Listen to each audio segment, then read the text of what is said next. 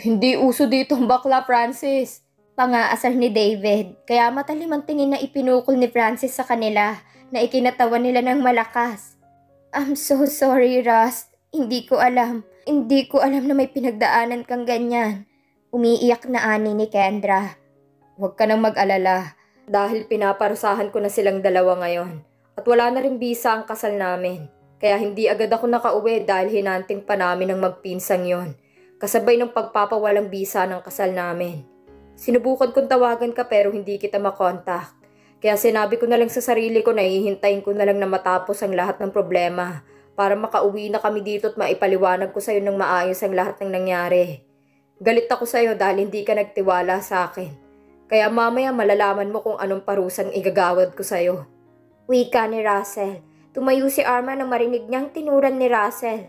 Napatingin naman si Kendra sa papalabas na si Arman. Pero tinawag ito ni Russell. Arman, alam kong mahal mo si Kendra, pero akong mahal niya. Sana maunawaan mo na ang pag-ibig ay hindi ipinipilit at kusa lamang itong sumisibol sa puso ng isang tao. Ani ni Russell. Napatigil naman si Arman sa paglalakad at humarap sa kanila. Nagtapat ako ng pag-ibig kanina kay Kendra, pero tinanggihan niya ako dahil ikaw ang mahal niya. At kapatid lamang ang turing niya sa akin katulad ng kung ano ang turing niya sa kapatid ko. Alam mo, Russ, masakit dito sa puso ko. Pero dahil mas nangingibabaw ang pagmamahal ko sa kanya, maniwala kayo. Masaya ako dahil alam kong magiging masaya na si Kendra dahil nandyan ka na. Alagaan mo siyang mabuti at huwag mo siyang paiiyakin. Tandaan mo, kahit ikaw pang pinakamakapangyarihan tao sa mundong ito, ilalayo ko pa rin sa'yo si Kendra sa oras na saktan mo siya. Ani niya, kaya napangiti na si Russell at tumayo ito. Nilapitan niya si Arman at inakbayan niya ito at iginiya pabalik sa sopa.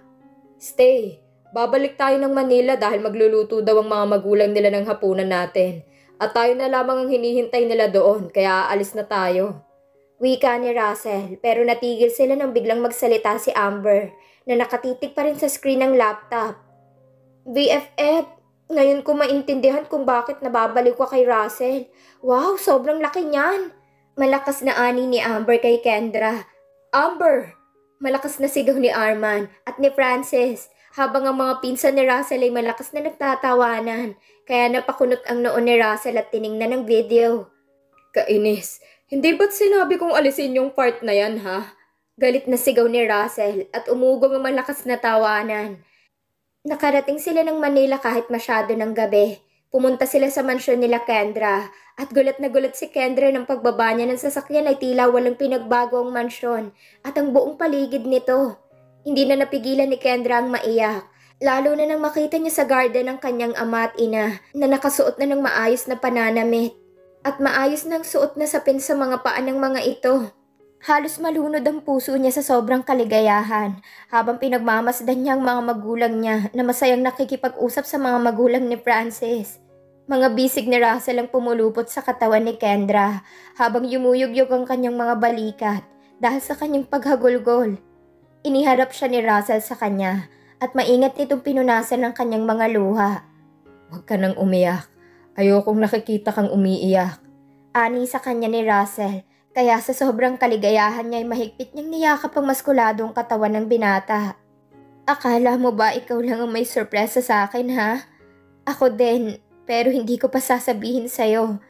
Nanunulis ang nguso na ani ni Kendra sa binata, kaya naman biglang hinawakan ni Russell ang magkabilang balikat ni Kendra at bahagya itong inilayo ang katawan niya upang makita nito ang mukha ng dalaga. Sorpresa? May sorpresa ka sa akin?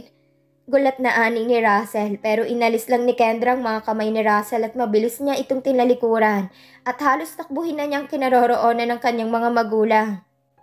Kendra anak, nandito na pala kayo. Halika kayo dito at napakarami namin nilutong pagkain para sa ating lahat.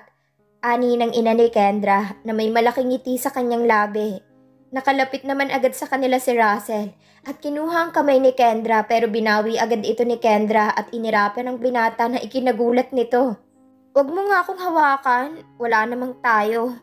Ani ni Kendra sabay nguso niya at yumakap sa kanyang ina kaya nagtawanan ang mga tao sa paligid. Anong wala? Sa tingin mo ba mababaliw ako ng ganito kung walang tayo? Ani ni Russell. Umiling si Kendra at hindi bumibitaw sa kanyang ina at hindi man lamang tinatapunan ng tingin si Russell. Napabuntong hininga si Russell at bigla itong lumuhod ng isang tuhod lang at ang isang paa ay nakatapak sa lupa. Miss Kendra Maria Thompson, will you be my girlfriend? Ani ni Russell at lahat ng tao sa paligid maging ang lahat ng kasambahay na nakakasaksi ng pagluhod ni Russell ay napasinghap at kinikilig. Para namang sasabog ang puso ni Kendra sa mabilis na pagtibok nito at hindi niya maunawaan kung ano ang gagawin. Dahan-dahan siyang bumitaw sa kanyang ina at humarap siya sa binata. Pero ganun na lamang ang gulat niya nang makita niya itong nakaluhod at hawak ang bracelet na hinahanap niya. Will you be my girlfriend and then soon to be my wife? Tanong muli ni Russell, kaya walang tigil ang pagtango ni Kendra habang hilam na sa luha ang kanyang mga mata. Yes, Russell, tinatanggap kitang maging nobyo at tinatanggap din kitang maging asawa soon. Umiiyak na ani ni Kendra, kaya isinuot ni Russell ang bracelet sa kanyang palapulsuhan at tinawag si David.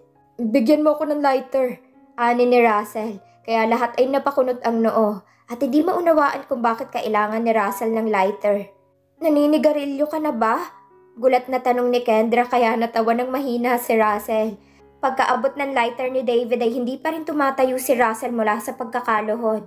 Ang lahat ay nagtataka at naghihintay ng susunod na hakbang ng binata. Dumuko si Russell sa kanyang bulsa at inilabas ang sulat ni Kendra na nakuha niya sa silid nito kasama ang bracelet na siyang bumili. Itinaas niya ito kay Kendra. Kaya napatakip ng mukha si Kendra at hindi malaman kung tatawa ba o iiyak. Ang sulat na ito ay hindi mahalaga.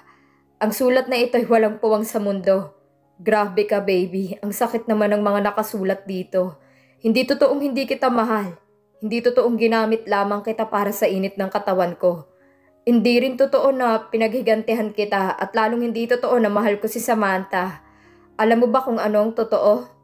Ang totoo ay kahit minsan. Kahit gaano ako kagalit sa iyo noon, kailanman ay hindi ka nawala sa puso ko. Mahal na mahal kita, first year college pa lang tayo. Mahal na mahal kita at kahit yata anong gawin mong pananakit sa akin, ay mamahalin pa rin kita ng buong buo. Dahil ikaw lamang ang isinisigaw ng puso ko. Mahal na mahal kita, my love. Dahil hindi ko kayang mabuhay nang wala ka. Ani ni Russell at sinimulang sunugin ang sulat ni Kendra. Pagkatapos maging abo ng sulat ni Kendra ay muling dumukot si Russell sa kanyang bulsa at nilabas nitong isang gintong kahita ng isang mamahaling singsing at binuksan ito sa harapan ni Kendra. Ang lahat ay napasinghap, maging ang mga pinsan ni Russell ay walang kaalam-alam tungkol sa singsing. Si Kendra ay muling lumuha at hindi malaman kung paano magsasalita dahil nalulunod siya ngayon sa sobrang kaligayahan ng kanyang puso. Kendra Maria Thompson, will you marry me? Umiiyak na ani ni Russell, kaya napaluhod na rin si Kendra at niyakap ng mahigpit ang binatang nalulunod na rin sa luha dahil sa matinding kaligayahang nararamdaman ng kanilang mga puso. Yes, yes, I will marry you. Malakas na sigaw ni Kendra at nagyakap silang dalawa na animoy sila lamang ang tao sa isang paraiso ng walang hanggang kaligayahan. Siniil ng halik ni Russell ang kanyang kasintahan habang walang patid itong lumuluha. Oh my God, nahuli yata kami ng dating. Hindi namin inabutan ng proposal ng uniko iho ko. Ani ng ama ni Russell kaya lahat ay napalingon at makikita sa mukha ng mga magulang ni Francis at ni Kendra ang pagkabigla nang tumayo sa harapan nila ang taong may pinakamalaking kapangyarihan sa mundo. Si Desmond James Henderson, ang ama ni Russell. Bigla namang napalingon si Russell sa kanyang ama at ina at malaking ngiti ang sumilay sa kanyang labi habang maingat niyang itinatayo ang kanyang kasintahan. Dad naman, bakit ngayon lang kayo? Wika ni Russell na napapakamot ng kanyang ulo. Ito kasing nanay mo nakailang palit ng damit kasi akala niya dun sa Cavite mo gaganapin ang proposal. Kaya naghahanap siya ng damit na hindi daw siya magmumukhang alangang tingnan sa mga magulang ni Kendra. Sinabi ko sa kanya na naibalik na ang lahat ng yaman sa kanila kaya ayan, nakontento na sa suot. Aba at gusto pa niyang bumili ng duster para yun na lang daw ang isusuot niya. Wika ng ama ni Russell, kaya nagkatawanan na sa paligid habang ang mga magulang pa rin nila Francis at Kendra ay hindi makapagsalita. Nakita mo na yan, hindi na nakapagsalita pa ang mga balae ko at ang mga magulang ni Francis. Abay magsalita kayo dahil baka mapanis ang mga laway nyo. Ani ng ama ni Russell, kaya napatawa na ang mga magulang nila Kendra. Napalingon naman si David sa may likuran niya nang mapansin niyang napakagandang babae na paparating kasama ang mga magulang ni David. Allison, anong ginagawa mo dito? Tanong ni David sa kanyang stepsister. Nakita naman niya ang mga mata ni Francis at ni Arma na titig kay Allison, kaya bigla niyang iniharang ang katawan niya sa dalaga at tinitigan ng masama ang dalawang binata na halos lumuwa ng mga mata dahil sa taglay na kagandahan ni Allison. Subukan lang ninyo't handa akong pumatay. Ani ni David na seryosong-seryoso ang muka. Bigla namang binawi nila Francis at Arma ng mga titig nila kay Allison at malakas na tawanan naman ang maririnig sa mga pinsan ni David. Grabing makaba ako, akala mo naman may aagaw kay Allison. Bulong ni Jefferson na hindi pinansin ni David. Natawa naman ng mga pinsan niya ng mahina upang hindi sila mapansin ng ama at ina ni David, pero si Allison ay tinaasan sila ng kilay. Nagagalit ka ba, son? Inimbitahan kami dito ng pinsan mong si Russell dahil magpo-propose daw siya sa kanyang kasintahan. Sinabihan din kami ng pinsan kong si Desmond na dito na kami magkita-kita dahil nga may nakahandang hapunan. Ani ng ama ni David. Hindi naman kumibo si David dahil hindi niya gustong suot ni Allison. Bakit ba ganyan kaiksi ang suot mo ha? Pwede ka namang mag-jeans pero bakit nakaskirt ka pa? Inis na ani ni David sa kanyang stepsister. Ano bang pakialam mo ha? Gusto ko ganitong suot ko eh. Ani niya at itinulak na si David palayo sa kanya. Huwag kayong mag-away dito, nakakahiya talagang dalawang ito. Ani ng ama nila. Si Allison naman ay naglakad palapit kay Francis at kay Arman at siya na mismong nagpakilala sa sarili niya sa dalawang binata. My name is Allison Henderson, sister ni Kuya David. Ani niya. Stepsister, Allison. Inis na sagot ni David at hinilan niya ang kamay ni Allison palayo sa dalawang binata na makikipagkamay sana kay Allison. Nilapitan naman ni David si Kendra at kinausap ito. Magkasing katawan naman kayo ni Allison. May jeans ka ba dyan? Ani ni David, kaya naman napatingin si Kendra kay Russell na kanina pa tumatawa dahil alam ni Russell kung bakit nagkakaganon si David kay Allison. Tumangon naman si Russell na hindi mapuknat ang pagtawa kaya tinitigan siya ng masama ni David. Yes, tara doon tayo sa silid ko. I'm sure nandoon pa lahat ng damit ko at may mga bagong jeans din doon. Dati pa na hindi ko na inaalis sa plastic. Ani ni Kendra at nagpatiunan na siya sa paglalakad patungo sa loob ng kabahayan. Ganyan talagang panganay ko pagdating sa bunso niyang kapatid, masyadong overprotective. Ani ng ama ni David. Dad, stepsister. Malakas na sigaw ni David habang hila ang kamay ni Allison papasok sa loob ng malaking mansyon. Pagkarating nila sa silid ni Kendra ay pumasok din sa loob si David. Wala siyang pakialam kung maalangan man si Kendra pero hindi niya bibitawan si Allison.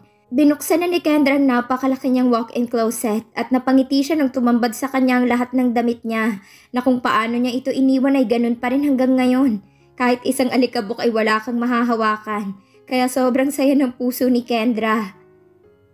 Eto. Dito ka na lang sa loob magbihis. Lalabas muna kami ni David. Ani ni Kendra pero hindi tumatalima si David. Kaya sa inis ni Kendra ay kinuha niya ang kamay ni David at hinila niya ito palabas ng walk-in closet. Hayaan mo siyang magbihis sa loob. Off limits ka na doon. Ani ni Kendra sabay irap kay David. Napapansin niya ang kakaibang tingin ni David kay Allison. Babae din siya kaya alam niya kung kailan may pagtingin ng isang lalaki sa isang babae.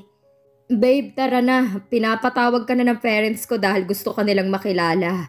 Ani ni Russell nang biglang bumukas ang pintuan ng kanyang silid. Ha? Paano si... Hindi na pinatapos pa ni Russell ang sasabihin ni Kendra at nagsalita na agad ito. Hayaan mo lang sila dyan. Huwag ka mag-alala, hindi nangangagat ang pinsan ko. Tumutuka lang yan at depende kung saan niya gustong tumuka. Pagbibiro ni Russell na ikinalaki ng mga mata ni Kendra.